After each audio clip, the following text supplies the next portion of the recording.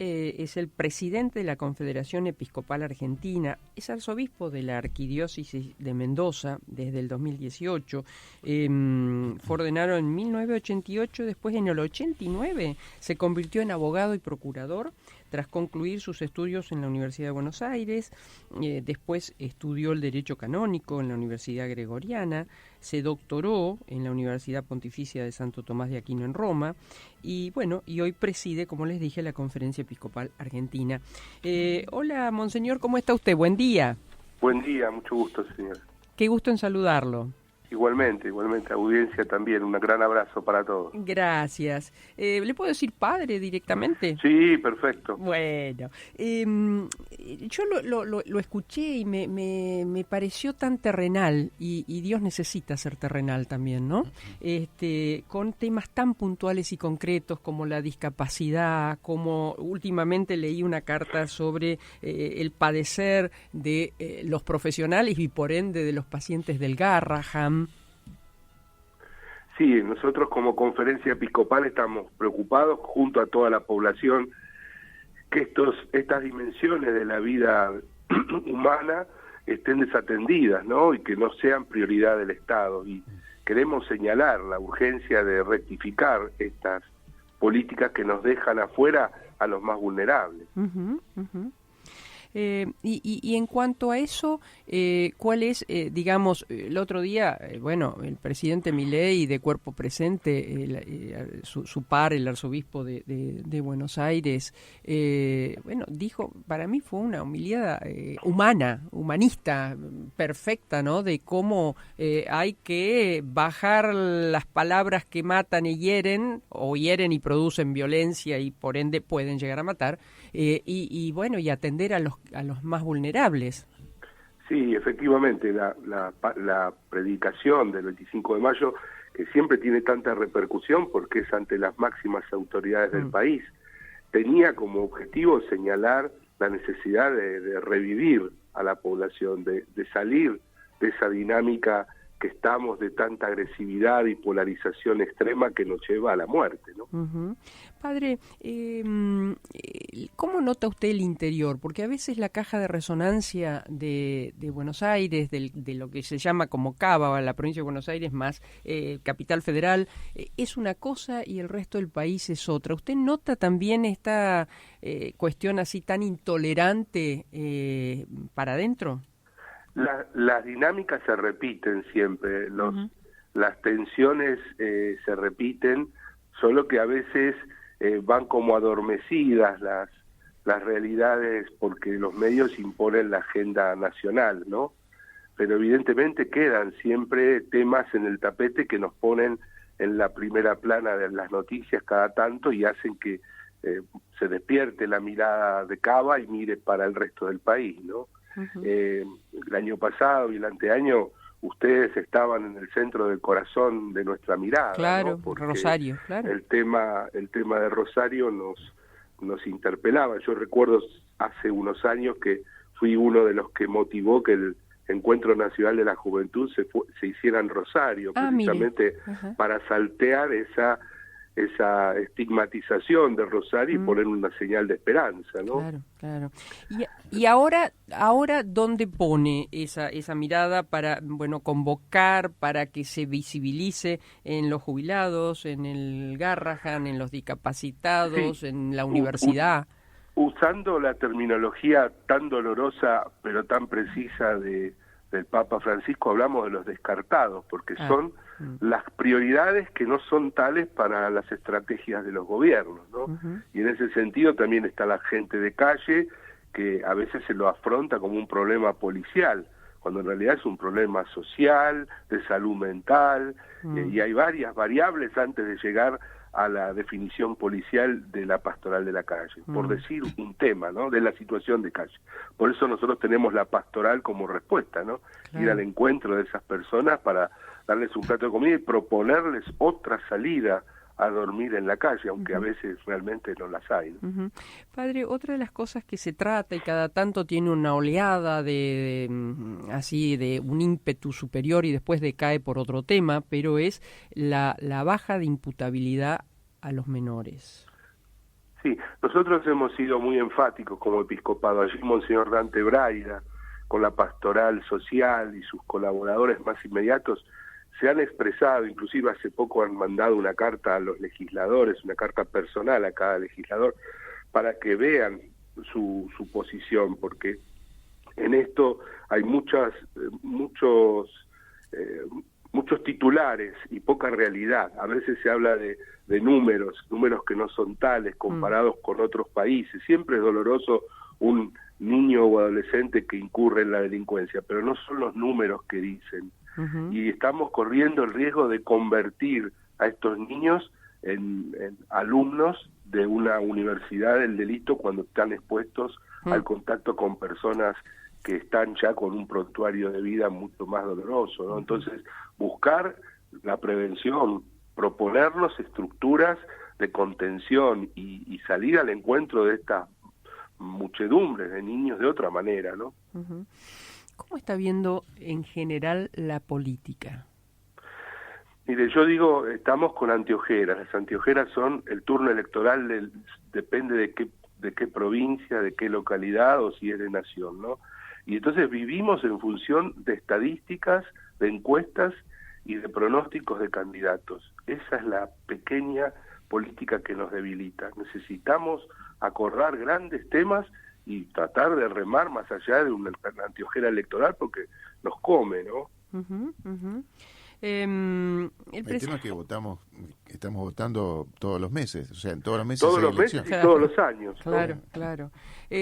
Padre, ahora se conoció que, bueno, aquel pacto de mayo que terminó en junio o en julio, bueno, se integre y demás, digamos, ¿se necesita de alguna manera recrear algún, no sé, algún acuerdo, algún pacto, algún acercamiento, pero real, no de poner gente por poner, sino con un temario a resolver? Se necesita claramente sentarse, dejar de lado esos intereses tan mezquinos y tan de corto plazo y buscar los grandes puntos que nucleen los nudos problemáticos de nuestra realidad para abordarlos con generosidad, ¿no? ¿Usted siente que este camino tan con fronteras tan débiles pareciera, ¿no?, de la democracia corre riesgo? Algunos mencionan la posibilidad de una autocracia. Nosotros estamos en un momento de verdadero asedio de la convivencia social a partir de todo lo que es esta desmesura, estas polarizaciones y también el uso de las redes de una manera tal que se meten en los hogares, en la vida y en los corazones de las personas, generando unos daños muy graves. Es decir, es una democracia en primera persona la que está padeciendo, la persona del habitante, del ciudadano, ¿no? Que se ve afectado por estas tensiones tan fuertes y entonces responde en la mayoría de los casos de una manera tal que lo pone afuera del contexto que significa un consenso, un diálogo razonable, ¿no? Pero yo la verdad que confío en el ser humano y creo que tenemos gente muy valiosa en nuestra población. Poder ponernos al hombro algún tipo de propuesta más adulta en el modo de expresarnos, en el modo de relacionarnos, es parte, ¿no?, de la consigna. Uno ve que hay una proporción muy grande de personas vulnerables, no solo por adicciones, por lo que fuera, sino también por la propia pobreza en la que han caído. Entonces, allí uno dice, bueno, hay muchos chicos jóvenes que desertan, que no terminan ni siquiera la secundaria. Digo, ¿cómo se puede trabajar? Y ustedes, me refiero desde una institución tan importante y tan que mantiene su credibilidad como la Iglesia, para que esto no termine descarriándose del todo. Sí, hay varios frentes allí, porque en realidad también hay una crisis del sistema educativo que hace que el abandono tenga que ver en muchos casos con la falta de incentivo, de interés, ¿no? Además de lo social, de lo limitativo que puede ser el aspecto económico, también hay como una fragilidad en el sistema educativo mismo, ¿no? De manera que creo que en el caso nuestro, nosotros tenemos nuestras propias instituciones escolares y tenemos que siempre dejarnos, además de desafiar por la realidad, no dejar de proponer nuestros propios idearios. Creo que en ese sentido la riqueza de una sociedad plural tiene que ver con esos aportes que podamos hacer cada uno de nosotros desde nuestros propios lugares. Después están también los espacios recreativos que muchas veces se han visto suprimidos, a veces por falta de recursos, en otros casos por falta de personal idóneo, por falta también de motivaciones en el personal. Y creo que también en eso la escuela pública, como nosotros en nuestros ámbitos, tenemos que salir a buscar cómo ganar esos espacios del diálogo, del encuentro personal, del encuentro del grupo, porque las soledades a las que nos remiten muchos de los esquemas actuales de convivencia después devienen en esas situaciones de marginalidad. Padre, estamos conversando con el Monseñor Marcelo Colombo, presidente, como yo les contaba, de la Conferencia Episcopal Argentina. Esta carta que ustedes han elevado en apoyo al personal del Garrahan, a los médicos y la situación dramática que atraviesan, creo que es de un peso muy, muy grande. ¿Han recibido respuestas al respecto? No, nosotros la verdad es que cuando escribimos esa carta lo primero que pensamos, más allá de la repercusión que tendría, era en contestar a esos médicos que con tanto dolor nos mandaban sus WhatsApp diciendo estamos en esta situación, estamos afligidos, estamos desbordados, estamos amenazados, ¿no? Y esto nos conmovió, pensamos, ni siquiera lo dimos nosotros a difusión, fueron ellos que la transmitieron, porque lo que quisimos era expresarles a ellos nuestra cercanía y nuestra comprensión de lo que les estaba pasando. Ahora, la verdad es que no tenemos respuestas porque hay acá un piloto automático frente a algunos temas y entonces nuestros ¿El gobierno tiene un piloto automático ante temas sociales? Yo pienso que sí, desde que se ha partido hasta ahora no he visto que hubiera rectificación de nada. La verdad es que nosotros en aquel primer diálogo con el presidente, el único que tuvimos como conferencia, cuando anunció los 10 puntos, yo mismo le había dicho, falta educación, presidente, y él me dijo, bueno, que este es un pacto de naturaleza económica, no social. Yo le dije, bueno, ¿y por qué no intenta las dos cosas mientras empezamos? Le dije. Y él me dice, no, ahora hay que ajustar lo económico. Ese fue mi primer diálogo con el señor presidente, de manera que desde ahí hasta acá, primero y único, ¿no? No ha habido muchas más variantes. Entonces uno se queda pensando cuál es el ida y vuelta que tiene que haber entre los gobernantes y los gobernados, ¿no? Cuál es, en todo caso, el aporte que les queda por hacer a estos sectores tan lastimados, que cuando protestan encima les saltan con epítetos y barbaridades, ¿no? Descalificándolos. Cualquier figura que ha llegado, quién sabe, digamos, electoralmente sí, pero ¿por qué méritos académicos ha llegado a un lugar como ese, de diputado, dice barbaridades en el recinto, como escuchábamos estos días, y estos médicos no pueden decir su verdad, ¿no? Es doloroso, estamos en una contradicción bastante impresionante. Padre, lo saludo oficialmente, Marcos Pereira, buenos días. Hola Marcos, mucho gusto. Igualmente, no sé si ha tenido oportunidad ya de acercarse a los medios bien tempranito, pero bueno, se acaba de confirmar que el Papa le confirmó al presidente en la reunión que tuvieron hace unas horas su visita a la Argentina, ¿no? Como completando algunas pendientes que tenía el Papa Francisco, ¿no? Y así que bueno, eso no sé la expectativa al respecto, ¿no? Y le agrego a lo de Marcos, padre, le agrego a lo de Marcos, si usted lo conoció al nuevo Papa. La primero es que ha sido la comunicación oficial del gobierno. La Santa Sede ha emitido su propia comunicación y se ha referido al contenido de la visita, que ha transitado sobre todo otros puntos que a mí me parecen importantes en la línea de lo que veníamos hablando. Se habló de la batalla contra la pobreza, el Papa se interesó por lo que está sucediendo en el país. Esto me parece que es importante porque si no lo de la visita, que no lo dice el comunicado de la Santa Sede, lo dice la comunicación oficial argentina, pero puede pasar que opaque lo otro, que es que el Papa está interesado y preocupado por la Argentina, y esto es lo que a mí me queda como instantánea, como foto del día, ¿no? Y después, respecto a la segunda pregunta, me parece muy importante recordarlo en su lugar de misionero. Yo lo conocí como obispo misionero en Perú. Yo estaba de visita participando de la delegación argentina con la visita del Papa, y él era anfitrión nuestro. Un hombre muy sencillo, con su hábito, con su afabilidad. Se diferenciaba del resto claramente por la configuración física, se notaba que era extranjero, pero con mucha integración con sus pares, y después lo vi como compañero de trabajo, así en el sínodo de obispos, 2 octubres seguidos, en el 23 y en el 24, un hombre muy sencillo, con su pequeña valija, con mucha afabilidad, mucha serenidad, un hombre que escuchaba en su grupo y que intervenía en su momento justo, dando paso así a una interacción, digamos, de mucha riqueza. Creo que podemos esperar cosas muy buenas de León XIV, y tienen que ver con esa humanidad que él sintoniza con el Papa Francisco, ¿no?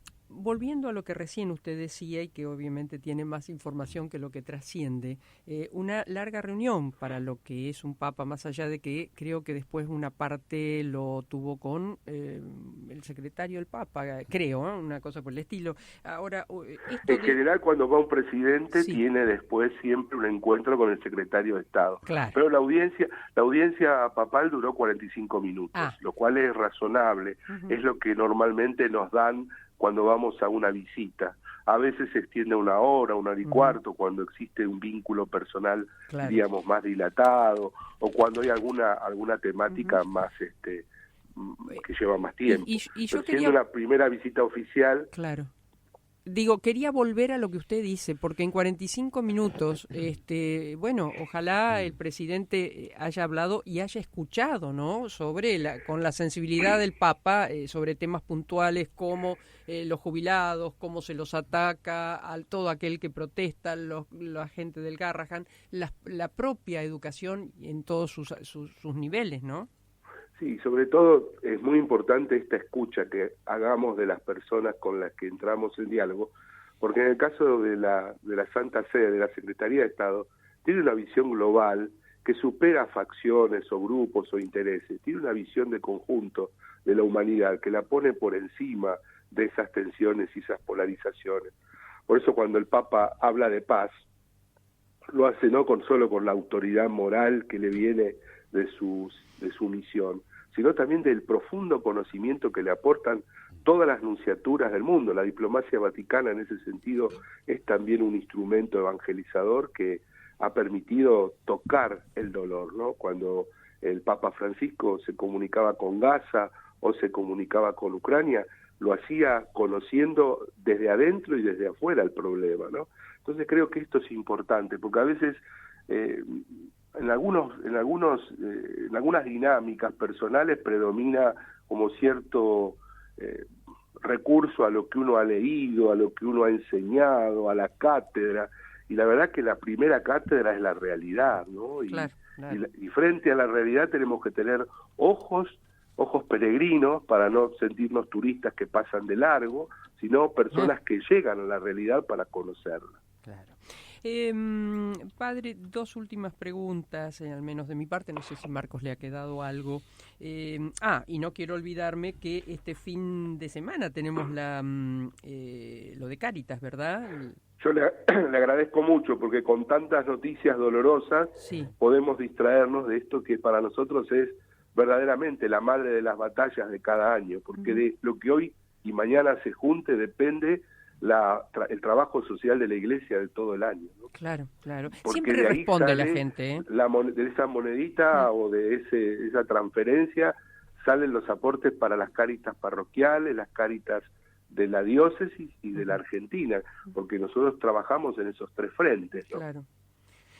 Recordamos entonces, hoy y mañana... Sigamos organizando la esperanza. Esa es la colecta nacional de Cáritas que en este caso nos busca tocar el corazón en esta mirada más de largo plazo. Claro. La esperanza nos anima, pero hay que organizarse y no bajar los brazos. Así es. Y bueno, y es un año sinodal, se dice, ¿no?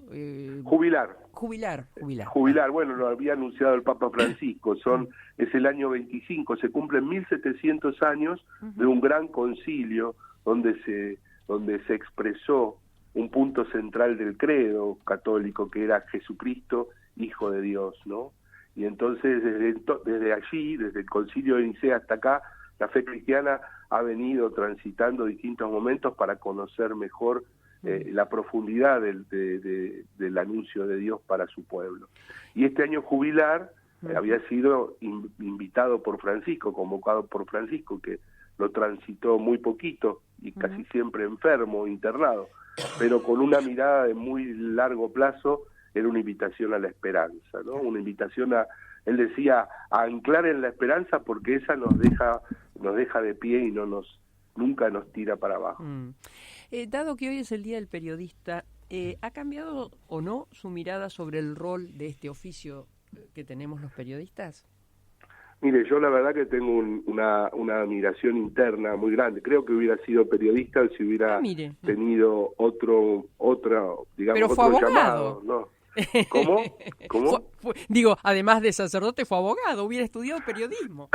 Sí, bueno, por eso digo, hubiera muchos casos me ha gustado y siempre tengo una sensibilidad especial. Creo que a veces me pasa esto con el periodismo. Por un lado está el periodismo de investigación, que admiro, esos grandes nombres que escuchamos y que tienen como una objetividad garantizada después de tantos años, ¿no? No me gustaría ahora nombrar uno y olvidarme otro, pero la verdad que admiro ese tipo de periodismo.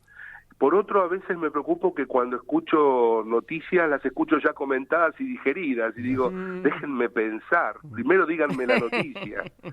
Muchas adjetivaciones, muchas cosas que a veces nos dejan tempranamente fuera del conocimiento del hecho, aunque ciertamente la valoración y la personalidad del periodista le imponen una lectura después al diálogo que se haga de esa noticia. Así que de parte mía, además de valorarlo y ya les digo, de tener esa secreta admiración por la misión del periodista, no puedo sino saludarlos y expresarles mi cariño y gratitud, en este caso, por esta entrevista de la mañana. No, por favor, a usted. Y para despedirlo, espero que no lo considere una herejía lo que le voy a decir, pero no. El copón con el vino en Mendoza, ¿es del buen vino? En Mendoza no hay otra cosa que buen vino. Sabía que usted lo iba a compartir. Sí, bueno. Sí. Yo soy porteño, pero estoy adoptado ya hace 7 años por Mendoza, así que no puedo sino... Antes fui obispo de La Rioja, donde también hay muy buen vino. Claro, se ve que va por la ruta del vino, sí, padre. Sí, pero no, ya estoy, creo que he llegado.